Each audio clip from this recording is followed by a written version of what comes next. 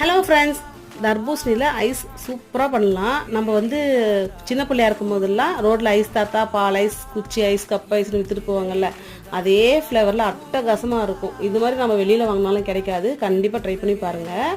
அதுக்கு வந்து தர்பூசணி அப்புறம் வீட்டில் இருக்க 1-2 பொருளை வச்சு சூப்பராக பண்ணலாம். இன்றைக்கி சர்க்கரை எதுவுமே ஆட் பண்ண போகிறதில்ல.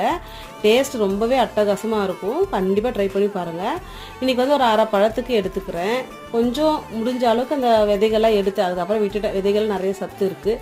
அரைச்சாலும் குழந்தைங்க சாப்பிட்ருவாங்க, ஒன்றும் தெரியாது. டேஸ்ட்டும் டிஃபர் ஆகாது. சர்க்கரைலாம் எதுவுமே ஆட் பண்ணலை. ட்ரை ஃப்ரூட்ஸ் கொஞ்சம் ஆட் பண்ணிவிட்டு காய்ச்சி ஆறின பாலை திக்காக ஆட் பண்ணிக்கிறேன். கொஞ்சம் குறைன்னு அரைச்சி எடுத்துக்கலாம். அப்போ தான் அங்கங்கே சாப்பிடும்போது கடிப்படும், நல்லாயிருக்கும். ஃப்ரீசரில் ஓவர் நைட்டு வச்சுட்டு நம்ம மார்னிங் எடுத்து குழந்தைங்களுக்கு சர்வ் பண்ணால் ரொம்ப அட்டகாசமாக இருக்கும். அந்த பாலோட வாசம், நம்ம சக்கரை எதுவுமே ஆட் பண்ணல. குழந்தைங்களுக்கு ரொம்பவே பிடிக்கும் ஃப்ரெண்ட்ஸ்.